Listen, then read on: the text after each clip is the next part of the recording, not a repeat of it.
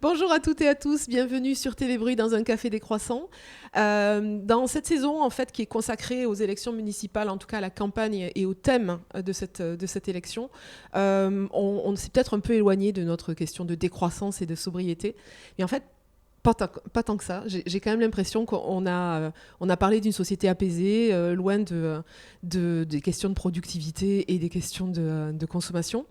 Et pour les 3 épisodes qui suivent, on est au Grand Rond, au théâtre du Grand Rond à Toulouse, et on va parler culture, de la culture, des cultures et des cultures en lutte.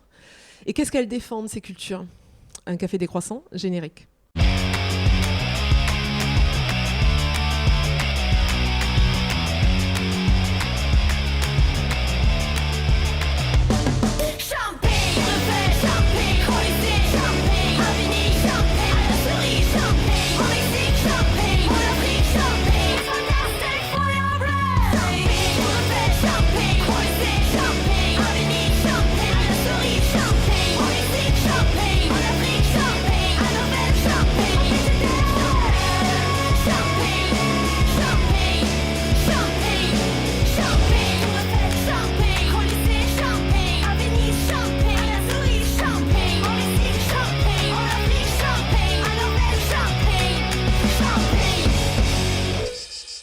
Bonjour, moi c'est Ise, vous avez Gouard, Sacha à la technique et nos invités.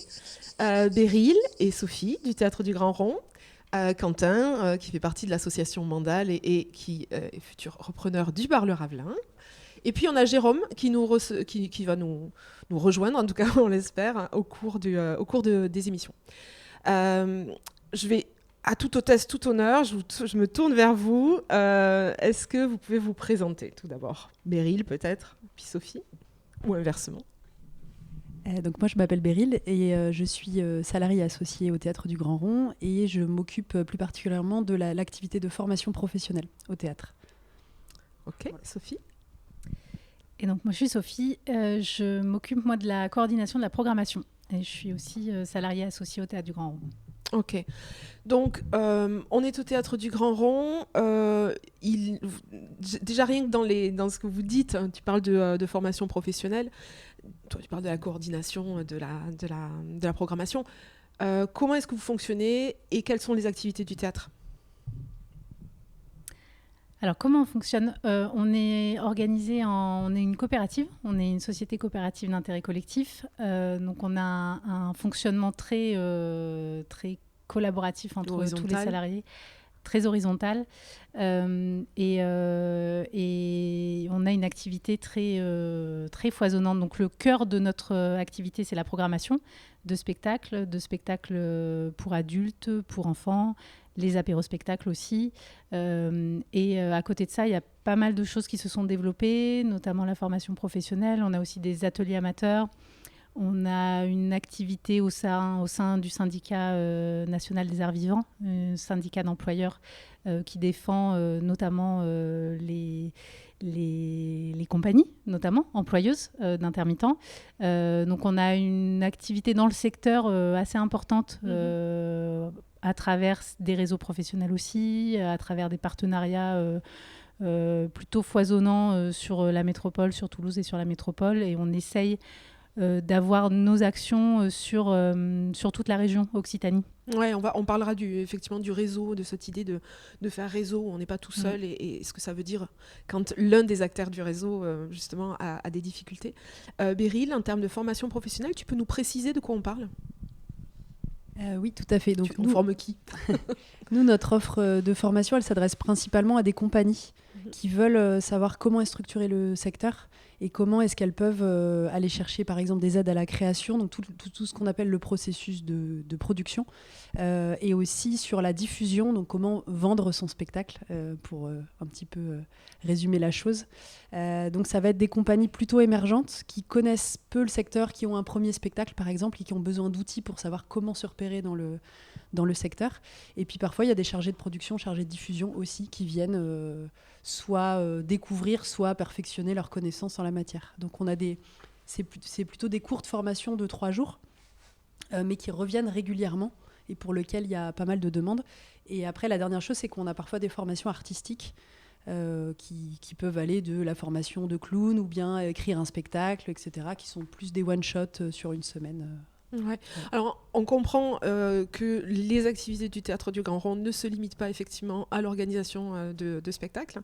Rentrons dans le cœur du sujet. Quand je parlais dans mon introduction de culture en lutte. Le Théâtre du Grand Rond, on le voit, hein, il y a des affiches, il est en lutte. Quel est le modèle économique du théâtre et en quoi aujourd'hui est-il menacé ? Qui veut répondre? Je pense que vous répondrez toutes les deux, hein, vous compléterez. Alors, le Théâtre du Grand Rond, il a été toujours soutenu par les collectivités, notamment la mairie de Toulouse, depuis sa création il y a 23 ans. Et déjà, à la base, dans son histoire, c'était déjà une lutte. Le bâtiment, qui était un théâtre initialement, a été vendu à un promoteur immobilier qui voulait en faire des appartements. Donc, il y a un collectif d'habitants et d'artistes qui s'est défendu pour que le théâtre ne disparaisse pas. Et donc, c'est avec le soutien de la ville que le promoteur n'a pas eu le droit de tout détruire. Donc, il a quand même construit des appartements au-dessus, mais on a hérité de ce qui devait être un parking pour les habitants. Donc, le théâtre n'a plus du tout la même forme qu'avant, mais déjà, il s'est construit sur cette lutte-là déjà collective. Donc ça, c'est la première chose. Après, donc, il a toujours été soutenu par les collectivités et donc on a toujours eu des subventions qui ont toujours été très, très basses. Et donc, un peu la stratégie de l'équipe au fur et à mesure, ça a été de développer d'autres activités qui pouvaient ramener, qui étaient en accord avec ce qu'on faisait de notre travail, mais qui pouvaient ramener des recettes. Oui. Donc, notamment les ateliers amateurs, notamment la formation professionnelle. Vous n'êtes pas assis sur les subventions en vous disant, nous, on dépend entièrement des subventions, on essaie d'en augmenter le montant. Non, vous avez essayé de développer d'autres modes de financement. On a compensé ce manque de subventions par des activités qui ramenaient un peu plus de sous que les spectacles. On a un modèle qui est très particulier sur le secteur parce qu'on est du coup autofinancé à hauteur de presque 70%. Okay. Donc les subventions représentent une part importante de notre budget, indispensable, mais qui n'est pas si énorme que ça par rapport à ce qui peut se faire dans le secteur. Donc la billetterie est une grosse part de notre budget, les recettes de billetterie, mais également la formation professionnelle et les ateliers. Et donc là, depuis pas mal d'années, on essaye de faire comprendre aux collectivités que ce qu'on a en subvention n'était pas suffisant. On a atteint un niveau là de développement qu'on peut pas. On est vraiment à un plafond. On ne peut pas aller au-delà du nombre de formations qu'on fait. On ne peut pas aller au-delà des ateliers amateurs qu'on fait. On ne peut pas aller au-delà des recettes de billetterie parce que la salle a 120 places. Les ateliers. Et parce qu'il y a 365 jours par an. Voilà, par an, tout à fait. Et donc là, avec un peu tout ce qui s'est passé ces dernières années, nous, en tout cas sur les subventions, on a également atteint un plafond. On n'a pas été du coup augmenté depuis les 2 derniers mandats. Donc effectivement, la mairie se targue de ne pas nous avoir baissé nos subventions, mais depuis plus de 10 ans, on est resté au même niveau. Donc à euro constant, on a perdu 25% de nos subventions, quoi, clairement. Et donc là, on avait un niveau trésorerie des fonds propres qui était bon jusque-là et qu'on a grignoté au fur et à mesure depuis qu'on alerte les collectivités. Et donc là, on est arrivé à un point où on n'a vraiment plus rien. On a fini de grignoter ce qu'on avait de côté. C'est pour ça qu'on voit sur les affiches que le Théâtre du Grand Rond pourrait fermer à l'été 2026. Voilà. Ouais, c'est ce qu'on voit. Beryl, peut-être, le Théâtre du Grand Rond, donc on le voit, c'est un modèle économique qui a quand même essayé de se développer en dehors des subventions. Pour autant, le discours de la mairie, il est tout autre. C'est-à-dire que la mairie se dit généreuse, se dit que voilà, elle vous finance, et effectivement, elle finance. Mais est-ce que c'est pas le rôle ? Est-ce que c'est pas comme ça qu'on avait conçu la culture à un moment donné ? Comme quelque chose qui sortait de la politique et qui devait être financé par le public parce que c'est un service public. Est-ce que c'était pas ça le modèle de départ ? Est-ce qu'aujourd'hui, il est remis en cause ? Nous, c'est ce qu'on essaye d'expliquer un petit peu à tout le monde, c'est qu'on a tendance à dire, à voir dans les médias, etc., que la culture, c'est les gens qui travaillent dans la culture sont des assistés parce qu'ils dépendent de subventions et dès qu'il y a des baisses, on ne sait plus quoi faire, etc. On oublie de dire que l'agriculture est financée, l'aéronautique est financée, le train, etc. Que tout est financé et que les subventions viennent financer aussi des entreprises privées. Enfin bon, on le sait maintenant. Et donc, du coup, on n'est pas, dans la culture, on n'est pas plus assisté que les autres, on va dire, en quelque sorte. Et après, il nous semble quand même important qu'il y ait de l'argent public si on veut continuer à avoir des tarifs accessibles pour que tout le monde puisse venir dans des lieux, des lieux culturels comme celui-là. Évidemment, sans subvention, nous, si on passe à, je ne sais plus, on avait calculé sans subvention du tout, une entrée au Théâtre du Grand Rond, en tout public, ça serait 22 €. Qui peut se payer une entrée à 22 €? Donc ça serait réduire du coup l'accès aux personnes les plus favorisées, etc. Oui, parce qu'aujourd'hui, vous avez des tarifs qui sont accessibles. Vous avez des billets à 6 €. Je me trompe pas? Alors 6 €, c'est pour le jeune public. Oui, ouais, c'est ça. Ça compte. Mais voilà, mais sinon, il faudrait qu'on soit à 14 € par place, il me semble. C'est 18 pour le jeune public. Ah non, c'est 18 pour le jeune public. Si on avait 0 subvention, ça serait 18 € par place pour le jeune public. Donc imaginez une famille qui vient avec 2 enfants. Ouais. C'est, voilà. Et justement, en termes de valeur, le Théâtre du Grand Rond a des missions, on les a entendues. Vous avez aussi une gouvernance, du coup, qui est, comme on l'a dit, horizontale, avec un collectif. Tout ça, c'est des choses, c'est un modèle aussi politique. Alors, la culture, c'est toujours politique, mais est-ce que la façon dont vous fonctionnez, c'est aussi une façon, un modèle politique? Est-ce que ça gêne? Est-ce que c'est un peu le poil à gratter? Est-ce que ce fonctionnement, il est gênant pour une politique plus traditionnelle qui serait celle de la mairie, plus hiérarchique et plus descendante? Ou est-ce que je fais complètement fausse route, hein? Ou est-ce que vous ne pouvez pas parler parce que... Non, j'ai pas l'impression que ce soit le fonctionnement lui-même, l'organisation, qui soit problématique. On a constaté que la politique culturelle de la ville, de la municipalité actuelle, était beaucoup plus axée sur le rayonnement au national et à l'international. Que la majeure partie du budget de la culture à Toulouse part dans les grosses institutions qui sont reconnues nationalement, internationalement, sur des gros événements qui ramènent un nombre de touristes aussi important. Les réflexions sur le tourisme à Toulouse, c'est comment faire venir des étrangers du continent asiatique et qui restent plus d'une nuit sur place. Enfin, on voit la logique que c'est.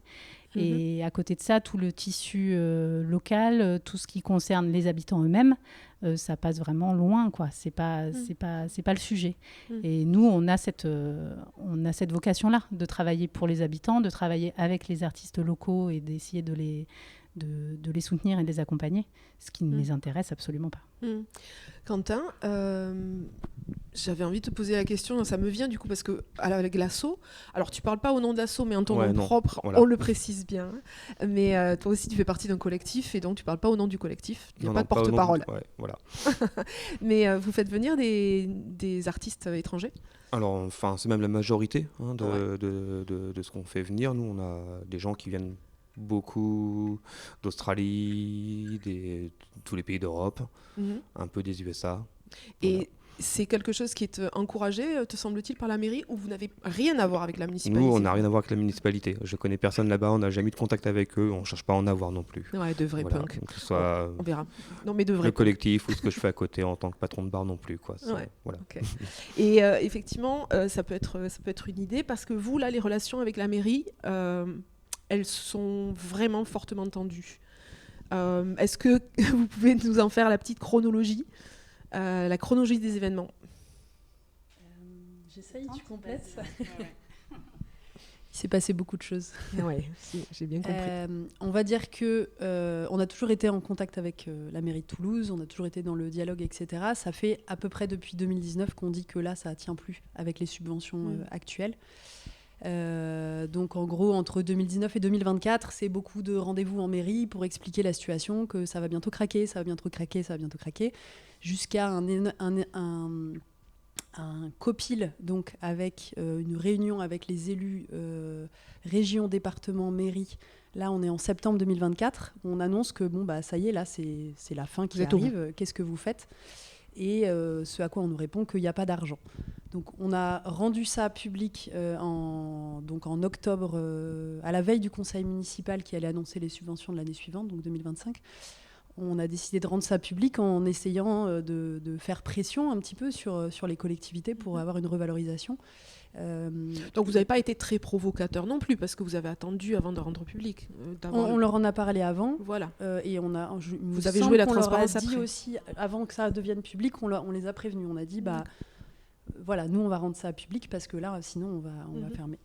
Et puis, il y a eu quelques échanges dans l'année 2025, mais qui n'ont pas donné de réponse concrète, etc. Donc on n'avançait pas. Et puis on arrive en septembre sur l'audit. Avant l'audit, il y a eu notre assemblée générale. Ah oui, j'ai oublié l'assemblée générale, il s'est passé beaucoup de Trop d'événements. En avril, donc, a eu lieu notre assemblée générale annuelle donc, de la SIC, pour laquelle on a convié déjà le plus de monde possible, parce que l'idée c'était de montrer un petit peu toute l'activité du Théâtre du Grand Rond au grand public, montrer ce qu'on faisait, mais aussi pourquoi est-ce qu'on était dans cette situation. Et puis en termes de gouvernance, une SIC, ça veut dire qu'il y avait tous les acteurs participants au Grand Rond qui sont les sociétaires. Voilà, c'est ça.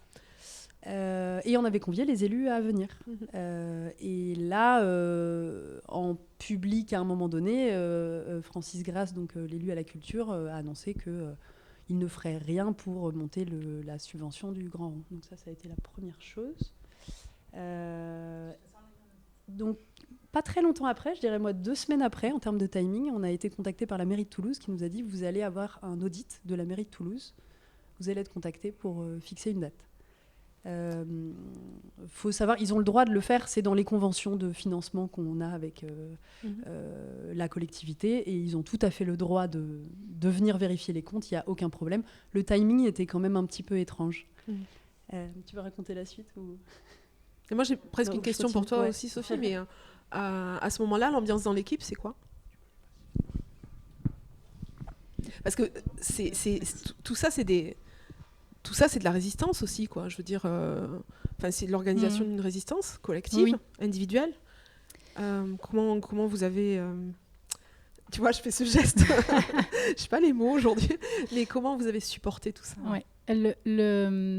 On est parti dans cette lutte, toute l'équipe est soudée derrière ce projet aussi, donc derrière le projet du Théâtre du Grand Rond et derrière le projet de partir en lutte.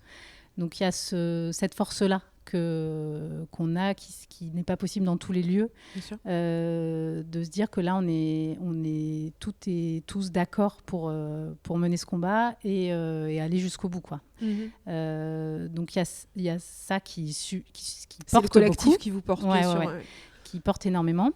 Il y a énormément de colère face aux réactions de la mairie, donc qui aussi anime ce combat aussi. Donc alors, avant de passer à la colère, parce qu'on voit bien comment elle peut monter, vu ce que tu disais, Beryl, mais il y a cet audit, du coup.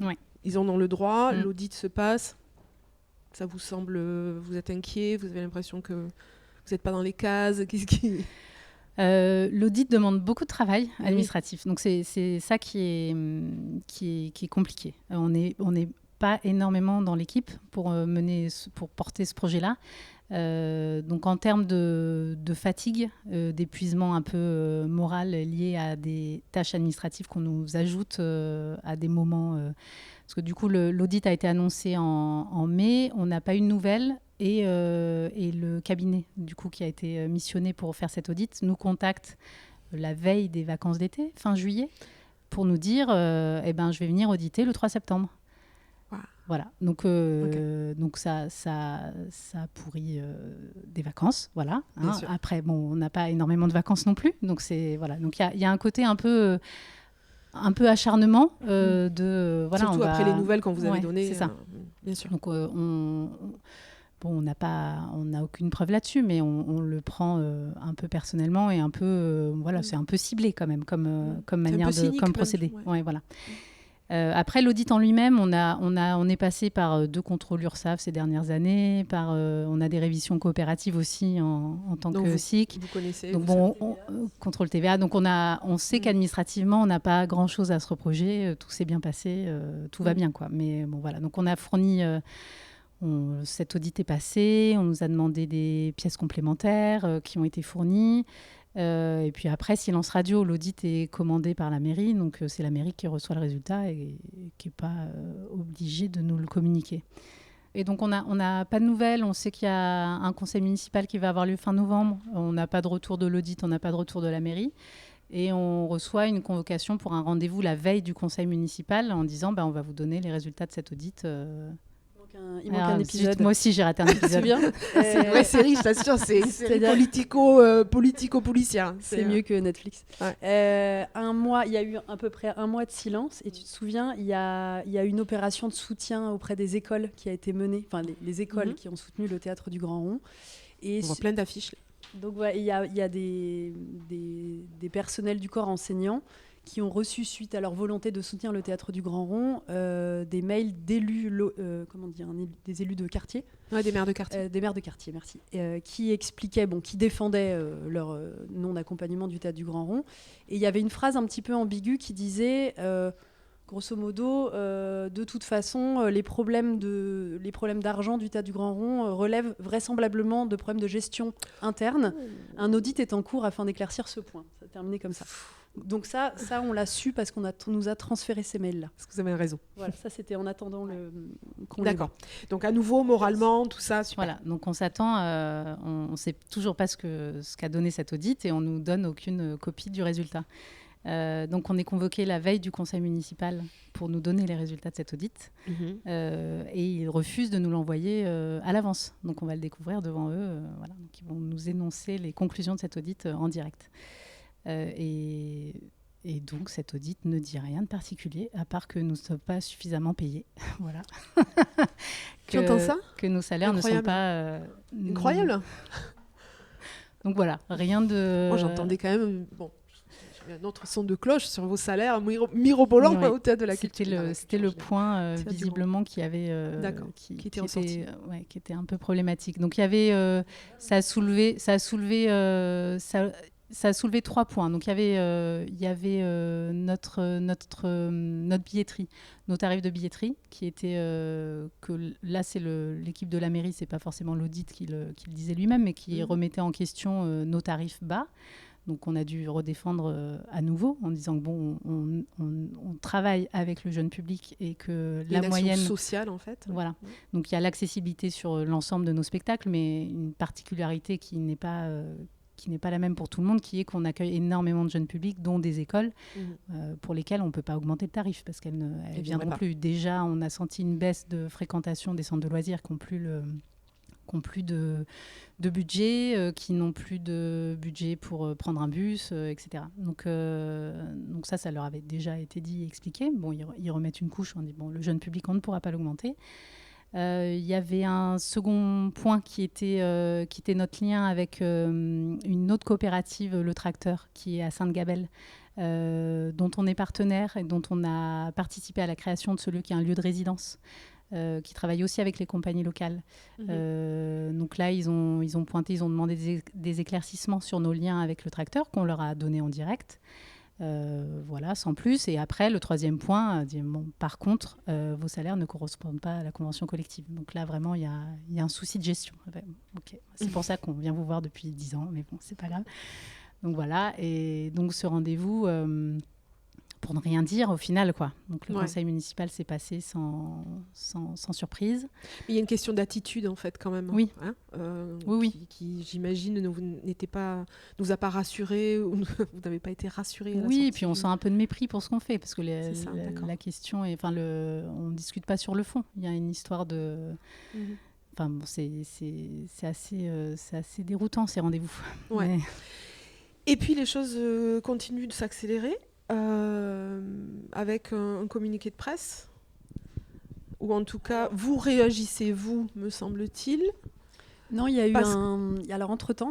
Ouais, parce qu'il y a eu pas une promesse, mais on vous a fait penser que peut-être des choses allaient être discutées. Après l'audit, donc on nous laisse entendre que les conclusions de l'audit ne sont absolument pas problématiques et qu'on peut espérer un dialogue quand même sur... on explique qu'on travaille à des scénarios avec des baisses de financement, qu'on réfléchit quand même à continuer malgré tout.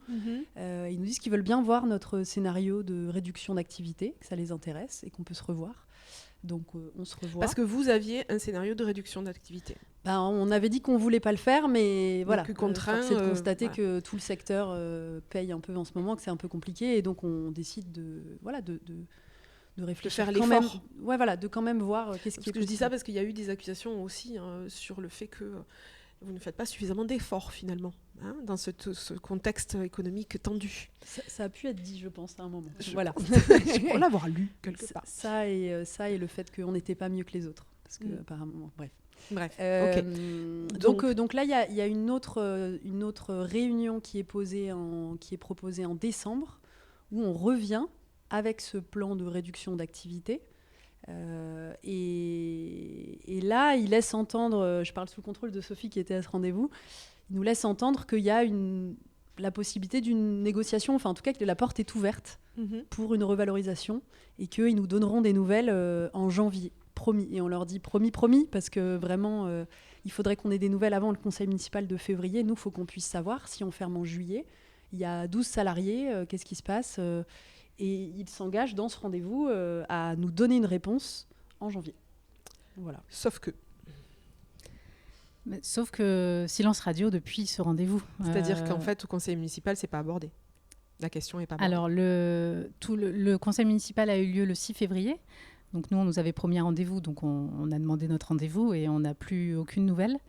Et donc le conseil municipal a eu lieu le 6 février. On reçoit le jour du conseil municipal un courrier de la mairie qui nous enjoint à justifier nos liens avec le tracteur, cette fameuse coopérative, en disant que ça contreviendrait à la convention financière qui nous lie avec la mairie.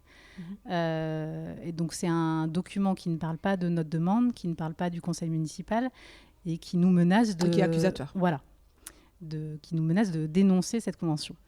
Donc vous vous défendez, vous envoyez un courrier pour vous défendre en expliquant que... je l'ai eu entre les mains, le courrier, donc, en expliquant que c'était une avance sur trésorerie, que ça n'a rien à voir avec les subventions, que c'est d'ailleurs, ça fait partie de vous avez des fonds propres, donc vous avez la possibilité d'eux, et que finalement, la convention n'est en rien remise en cause. Donc j'entends bien ça, mais là où c'est assez frappant, c'est qu'on augmente quand même dans la violence politique.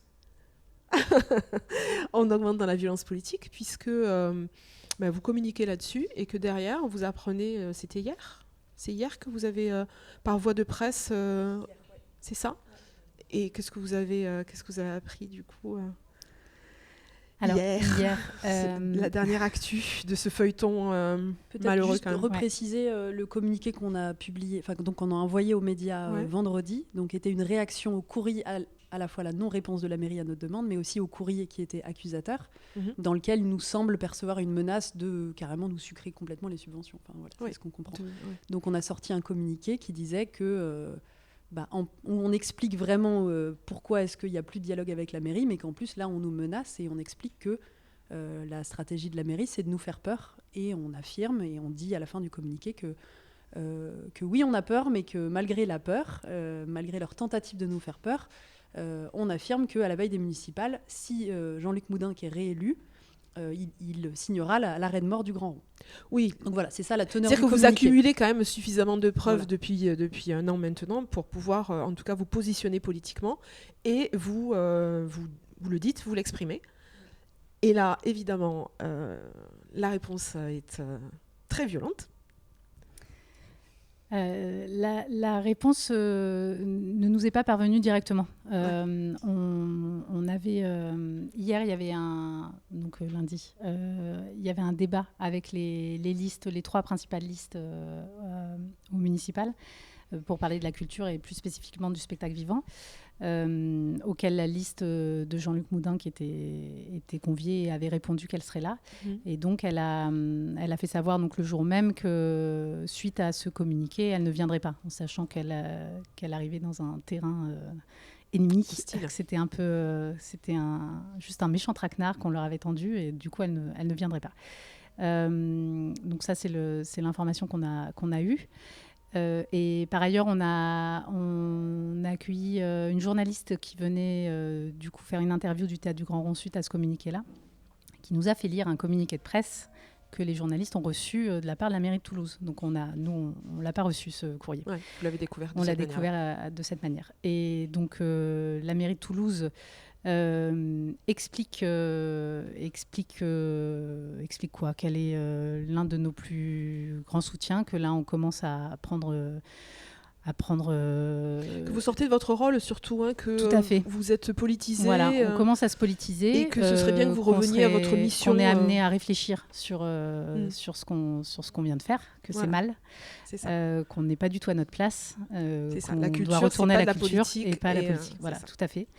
Est-ce que, pardon, j'ai envie de citer, Lila, parce oui, que, parce qu'elle est bien celle-là. Juste à l'opposé de la conclusion du communiqué donc là, de presse. tu cites le Pardon, communiqué. je cite le communiqué de la mairie.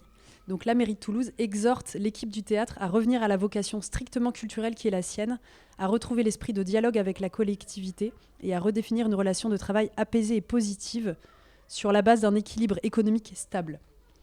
L'actuelle dérive politique et électoraliste du théâtre est très inquiétante et regrettable.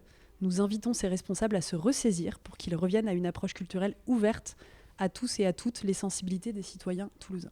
Donc là, il y a une autre accusation que moi j'entends, c'est que dans votre offre culturelle, en plus, vous êtes sectaire.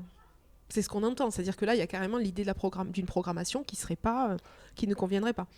Et ça n'avait pas dit son nom encore, mais là, ça le dit davantage.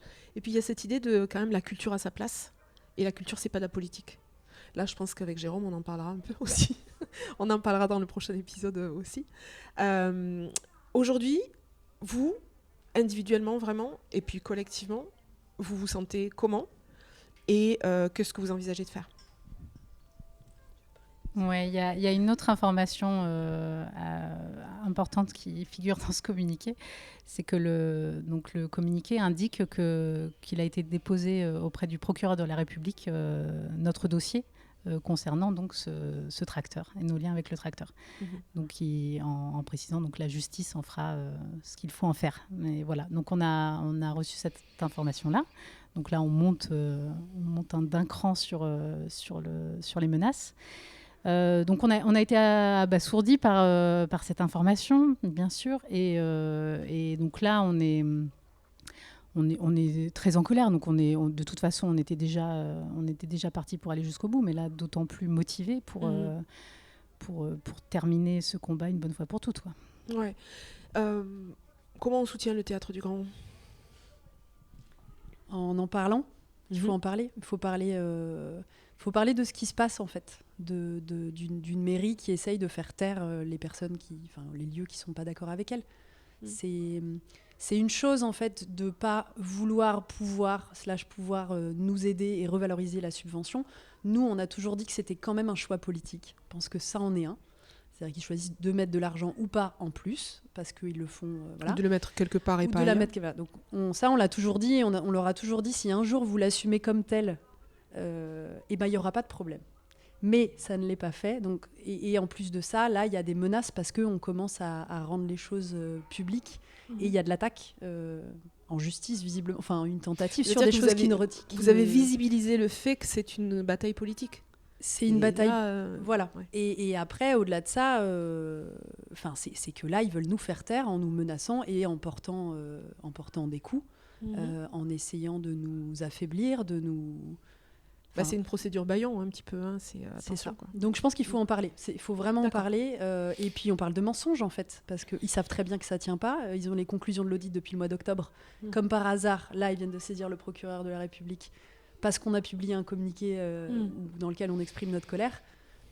C'est du mensonge, mais ça parle toujours de... C'est toujours la personne qui crie le plus fort et qui le dit très très fort, et donc on a l'impression que c'est très grave, et donc du coup peut-être que le théâtre du Grand Rond, ça peut laisser un petit peu dans l'esprit des gens des soupçons. L'idée des soupçons, et ça, une fois que c'est dans la tête des gens, nous on peut rien faire. Ouais, en termes de réputation, bien sûr, c'est grave. Donc vous l'avez entendu, la culture est en danger, elle est aussi en lutte.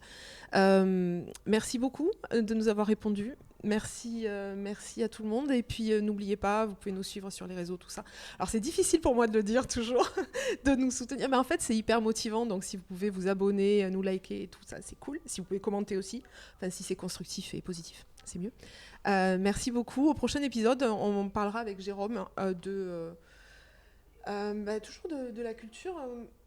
Et sur le plan, peut-être, on élargira peut-être un peu, sur le plan intersyndical et puis des syndicats aussi, des syndicats culturels. Merci beaucoup, au revoir.